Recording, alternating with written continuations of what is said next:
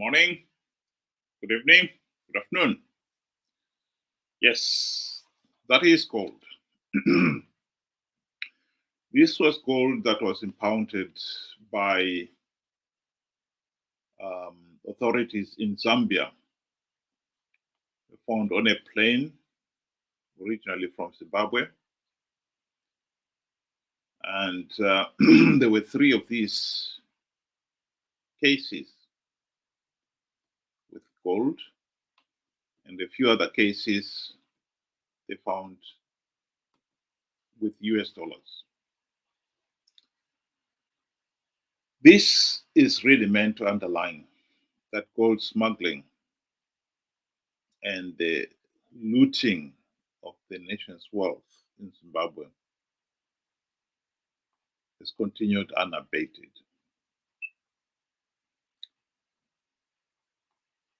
Some of you who maybe didn't see the documentary, this time last year, Jazeera screened this gold mafia documentary, in which they were documenting how Zimbabwe's gold was being smuggled out of the country and sold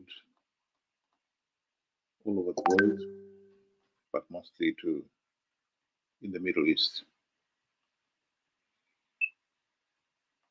80% of Zimbabwe's estimated US $2 billion gold per year smuggled. People were named, officials at the bank, at the airport, and many other sectors who were involved in the smuggling, including none other than Emerson Mnangagwa himself. He was referred to in the documentary as number one. All the gold mafia operated there named him directly or indirectly, and boasting of their good connections with him and how they've served those individuals well.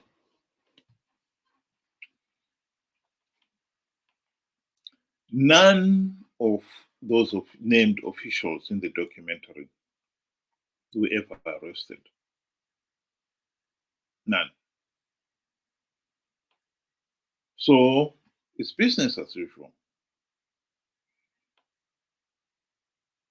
The country cannot afford this. When Mnangagwa launched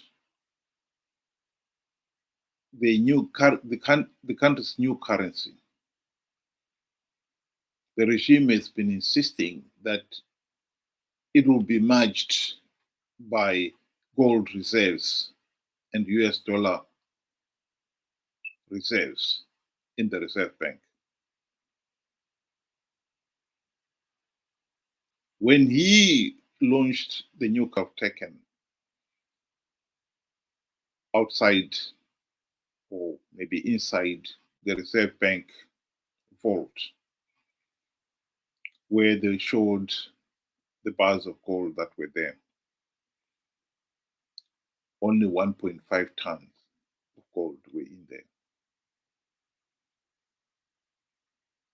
This single seizure alone probably accounted for a few hundred kgs, or if not tens of hundreds of kgs of gold.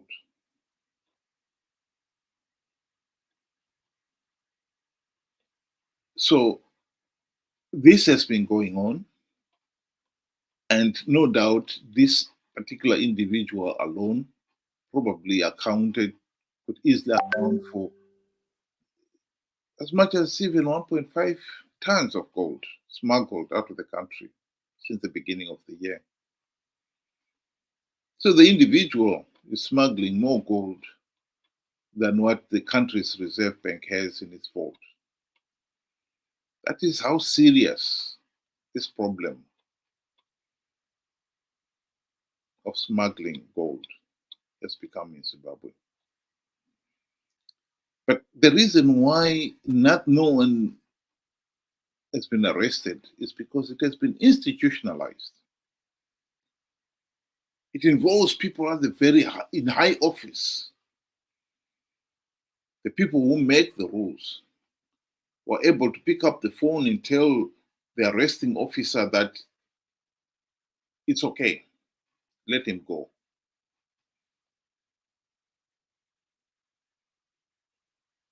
So the individual comes back and now can smuggle even more gold with confidence because he knows that he's untouchable. Corruption has been institutionalized in Zimbabwe. It's not a matter of bribing high ranking officials. A few high ranking officials. This is the high ranking officials. They are the godfathers of the corruption, behind the corruption. The tragedy for Zimbabwe is that the country cannot stamp out corruption because it has been institutionalized. Those in power are the ones behind the corruption. When Mnangagwa took over from Mugabe in 2017, he promised zero tolerance to corruption.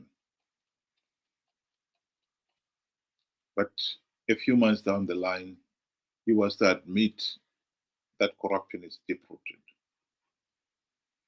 What he meant by that is he does not dare confront those behind the corruption. Because if he did, he will almost certainly lose his power. They are the ones who are the kingmakers. They will tell him in no uncertain terms, it is our turn to loot.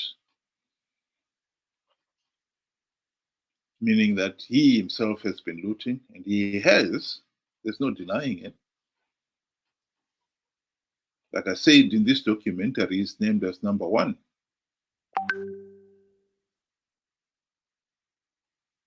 And his looting history stretched back to the late 1990s when Zimbabwe got involved in the DRC war. He was named as one of the senior government officials who were involved in the looting of diamonds and other minerals from the Democratic Republic of Congo. He was named by the UN. Nothing has ever been done about it. And he's reputed to be one of the richest men in Zimbabwe. And I can tell you, it is not from his official salary as minister, although he has served as minister for donkey years. In fact, ever since the country's independence, he has been minister of this or minister of that. But even then, his wealth cannot be explained by his official salary.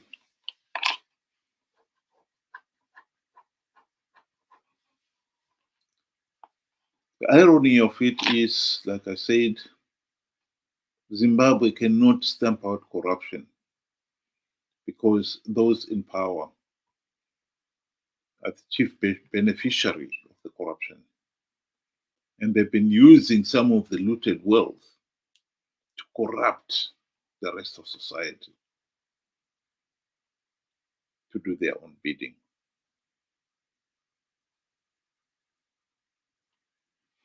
Even the opposition itself, many believe, is in the deep pockets of these Zanu PF thugs. In many ways, when Chamisa resigned from Triple C, complaining that the party infiltrated by Zanu PF, one can well imagine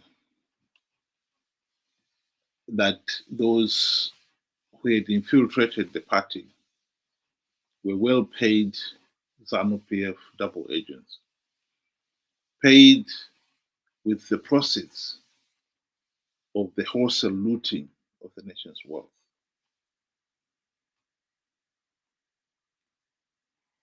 I'm not saying that this Zanu PF regime is untouchable. Far from it. I think the country in the last 44 years had many golden opportunities to end the Zanu PF dictatorship. Most notable of which was during the GNU of 2008 to 2018. Alas, those who were entrusted to implement the democratic reforms, i.e. Morgan Tsvangirai and his MDC friends, sold out big time. They failed to implement even one token reform in 5 years of the GNU.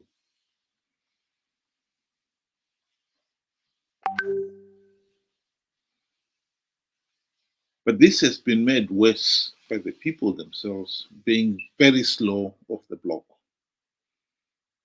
very slow to realize that the opposition have been playing a game. They were elected to implement reforms so that they would end Zanu PF dictatorship. But when they got into power during the GNU, they were bribed and they forgot about the reforms. And ever since the GNU, they participated in flawed elections, knowing fully well that the process is flawed, Zanu PF was rigging, and that by participating, they will only give Zanu PF legitimacy. But they've continued to participate regardless, out of greed. I have often quoted David Coulthard's statement on the matter. This is a quotation from David Coulthard's book,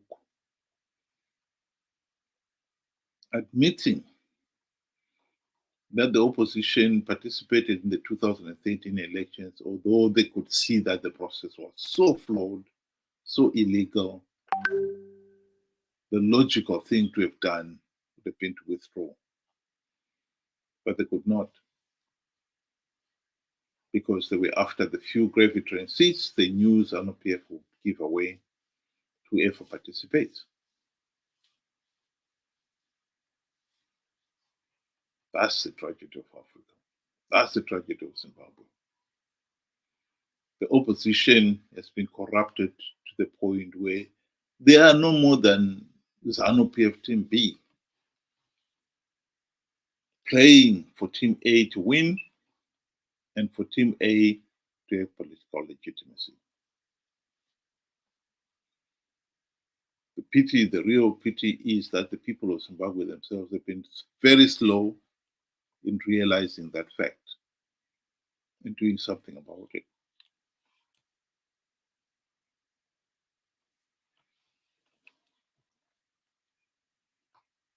As much as we need democratic reforms to stop Zanu PF rigging the elections, as much as MDC leaders have failed to implement it, it must still be emphasized that is the only option out of this mess. The fact that our MDC friends have failed to implement even one token reform does not mean we don't need reforms anymore. We need them now more than ever before. No, MDC's failure to implement even one token reform, it doesn't mean that no one else out there is incapable of implementing the reforms. They are not rocket science. We need those reforms more than ever before.